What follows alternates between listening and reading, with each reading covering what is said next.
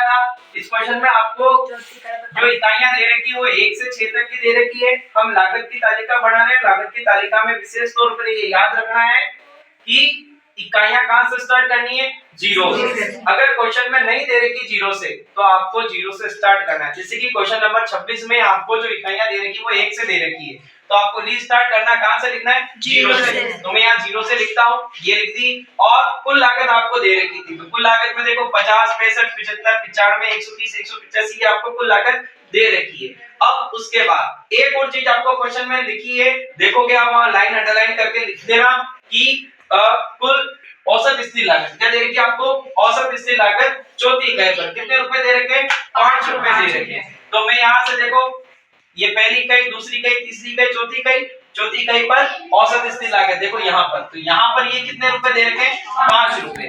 अब ध्यान देना, ये चीज दे दी आपको और ये चीज दे दी, दो चीजें आपको मिल गई ना। अब इनके द्वारा आप क्या करोगे, इस तालिका को पूरा कंप्लीट करोगे। तालिका में कितने कॉलम होते हैं, टोटल 8 है। कितने, 1 2 3 4 8 कॉलम है। 8 में से क्वांटिटी आपको गिवन है, टीसी आपको गिवन है, लेकिन टीसी 0 इकाई पर कितनी है वो आपको पता नहीं है। वो आपको सबसे पहले निकालना है, क्योंकि वो निकलेगी तभी आपकी दूसरी लागत निकलेगी। तो इसके लिए आप क्या करोगे, देखो औसत स्थिर लागत क्या होता है, आपको दे रखी है ना औसत स्थिर लागत। तो बताओ औसत स्थिर लागत क्या होती है, फॉर्मूला बताओ, कितना होना इसका बताना। औसत स्थिर लागत देखो AFC बराबर क्या होगा, PFC। सर सी क्यों लिखा, PFC बटा Q, ये फॉर्मूला होता है किसका, AFC का। भाई A को हटाकर T लिख दो, नीचे Q लिख दो। अब AFC आपको दे दी क्या, 5 है ना, और TFC आपको कितनी दे रखी है, तो TFC आपको पता नहीं है, TFC पता नहीं है।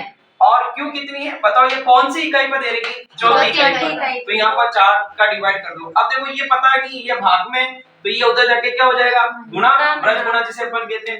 तो 5 × 4 बराबर क्या गया, PFC आ गया आपके पास, कितना आया भाई, 5 × 20 बराबर PFC। बताओ ये चीज समझ में आ गई क्या। अब हम क्या जानते हैं भाई, TFC कौन सी इकाई पर आएगी, है TFC कौन सी इकाई पर आ गई, चौथी इकाई पर, कितनी आ गई, 20। और हम ये जानते हैं कि TFC उत्पादन के प्रत्येक इकाई पर यथा स्थिर रहती है। अरे सर ये बीच में क्यों लिख दिया, स्थिर लागत है, स्थिर लागत है, बीच में क्यों लिखा, ओके, क्योंकि ये औसत स्थिर लागत कौन सी इकाई पर दे रखी थी, चौथी इकाई पर। तो चौथी इकाई की TFC में ही तो चौथी इकाई का भाग देंगे, यही देते हैं ना। तो 20 में 4 का भाग दिया तभी तो 5 आया, उल्टा सुल्टा थोड़ी देंगे, 20 में 2 का थोड़ी देंगे, इसी रो में लिखेंगे ना चौथी इकाई, इसलिए 20 में 4 का दिया, 5 आ गया। अब ये आगे टेबल, ये बीच में इसीलिए लिखा। अब हम क्या करेंगे, हम ये जानते हैं कि स्थिर लागत हमेशा स्थिर होती है, चाहे उत्पादन हो या ना हो, 0 हो या ज्यादा हो। तो यहाँ ये वाली लाइन पूरी की पूरी किससे बन जाएगी, 20 से। तो 0 से स्टार्ट करेंगे, 20 20 20।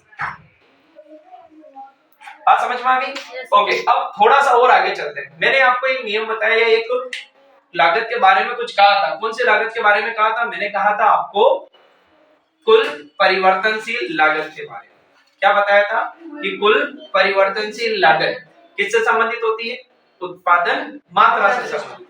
किससे संबंधित होती है, उत्पादन मात्रा से। यदि उत्पादन मात्रा कुछ होगी तो कुल परिवर्तनशील लागत होगी।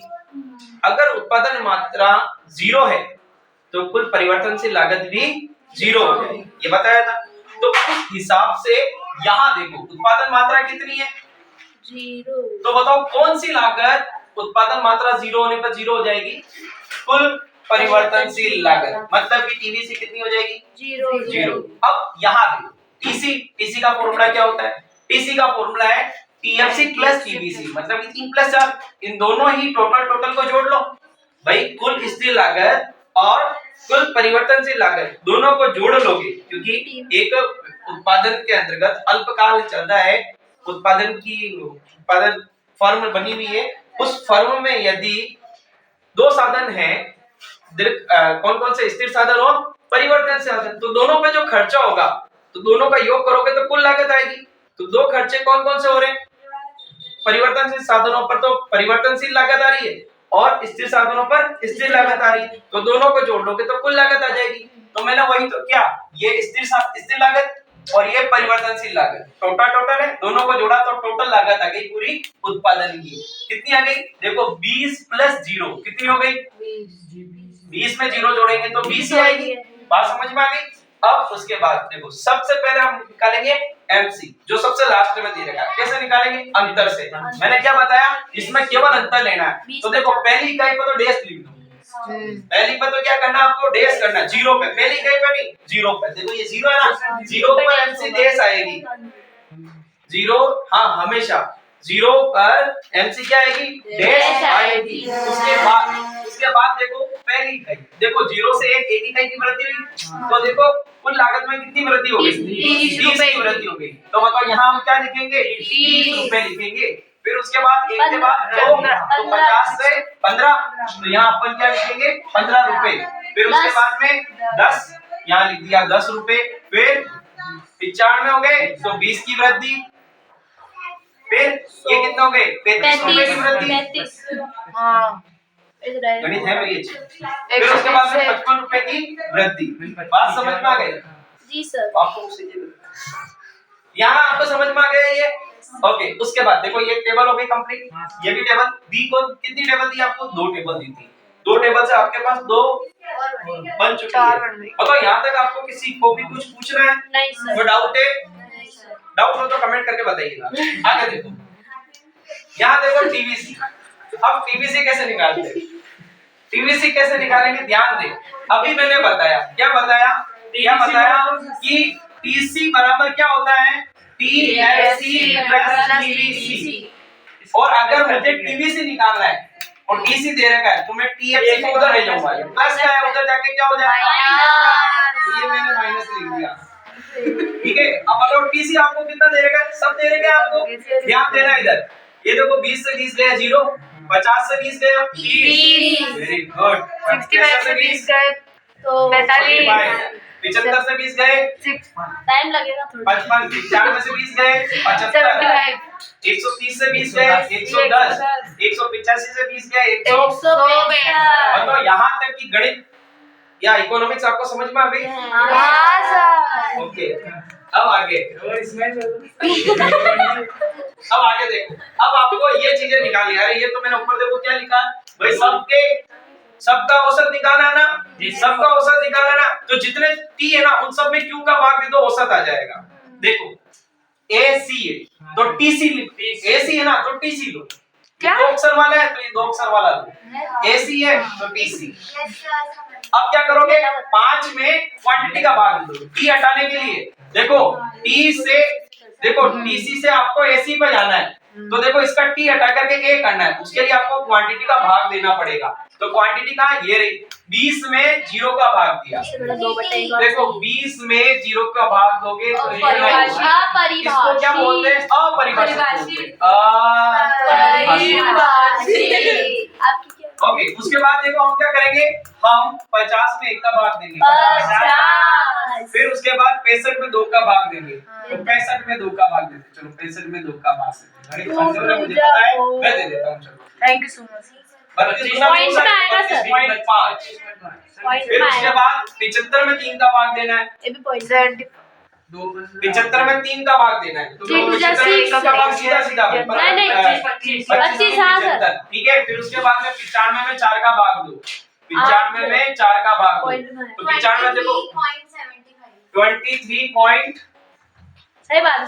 फटाफट कैलकुलेट फिर उसके बाद 130 में 5 का भाग देना है, तो 130 में 5 का भाग 26 आ जाएगा। फिर 185 में 6 का भाग दो, 185 डिवाइड बाय 6। अरे 6 क्यों लिया? क्योंकि क्वांटिटी नंबर 6 है भाई, इसी रो में इसी क्वांटिटी का डिवाइड करना है। ठीक है। क्या आ गया आपके पास? 30.83। तो ये आपके क्या आ गया? एसी। नहीं, क्योंकि पॉइंट के बाद 3 आ रहे हैं, 5 से कम है तो बढ़ेगा नहीं। अगर 5 या 5 से ज्यादा होता तो 1 बढ़ा देते। बात समझ में आ गई? अगर 8.33 है तो ये 3 है, 5 नहीं है, तो ये बढ़ेगा नहीं, आपका यही आंसर होगा। लेकिन 8.335 हो जाता तो ये कट करके ये क्या हो जाता? 4 हो जाता। हाँ आप सर, ये समझ ऐसे पा रहे क्यों हो? होता है? मैं भी ये नियरेस्ट लेने के लिए होता है, निकटतम मान लेते हैं। तो निकटतम मान में अपन ये लेते अगर हैं, इसकी जगह 7 होता तो 7 होता तो 8 हो जाता। 8.777 है, तो इसको हटाना मुझे, तो ये 5 से ज्यादा है ना, तो इसको हटाओ, इसको 8 कर दो, तो आपका क्या हो जाएगा 8.78 हो जाएगा। बात समझ में आई क्या? तो ये थोड़ी सी गणित की कैलकुलेशन है। और उसके बाद अब देखो एफसी निकालना, ये तो आप निकाल सकते हो आसानी से। क्या करना है भाई, एफसी है, TFC में क्यों एफसी है तो एफसी लो, ये रहा एफसी। अब पी में क्यू का भाग दो, ये आ जाएगा। तो देखो 20 में 0 का भाग दिया, वही ये वाली चीज अपरिभाषित। अपरिभाषित है ना। फिर उसके बाद में देखो 20 में 1 का भाग दोगे तो 20, फिर 20 में 2 का दोगे तो 10, 20 में 3 का दोगे तो 6.67, फिर 5 तो है ही है, 20 में 5 का दोगे तो 4, 20 में 6 का दोगे तो 3.33। देखो ये आपका क्या आएगा, ये आपकी एफसी आ जाएगी। आ गई, समझ आया क्या? बहुत इजी है, कोई हार्ड नहीं है। एबीसी निकालो। अब देखो एबीसी निकालने के दो तरीके, एबीसी निकालने के दो तरीके। एबीसी है तो देखो बीसी में बीसी दो, ये भी बीसी बीसी। अब देखो टी में क्यू का भाग दोगे तो ये बन जाएगा, तो देखो टीबीसी में क्यू का भाग 0 में 0, ये डैश आ जाएगा। फिर उसके बाद देखो 30 में 1 का भाग दिया 30, फिर 45 में 2 का भाग दिया 22.5, फिर 55 में 3 का भाग दिया, बताओ कितना है 2.5 क्या 27 कितना है? तू बड़े ये बच्चे थोड़ा डांट देखो 55 में 3 का भाग देना है, तो देखो 3 एकम 3, 2 बचे 25, 3 बटा 24, 3 त्रिका 9, 3 त्रिका 9, 18.33। फिर उसके बाद में देखो क्या देना है, 75 में 4 का भाग देना है, तो ये 75 बटा 4, तो क्या आ जाएगा 4 एकम 4, 3 बचा 33, 4 बटा 32, 4 7 28, 18.75। फिर 110 में 5 का भाग देना है, 110 डिवाइड बाय 5, तो 5 2 जा 10, 5 2 जा 10, 22 आ जाएगा। फिर 165 में 165 डिवाइड बाय 6 कितना आ जाएगा, 6 दूनी 12, 6 दूनी 12, 16 में से 12 गए 4, 45, 45 6 7 तो 42, कितने बचे 3, 3 6 5 6 7 24 6 5 30, 27.5। तो इस तरह से ये आपकी टेबल पूरी कंप्लीट। अगर आपको कमल कोचिंग क्लासेस अच्छा लगा तो लाइक कमेंट एंड शेयर और सब्सक्राइब करना ना भूलें।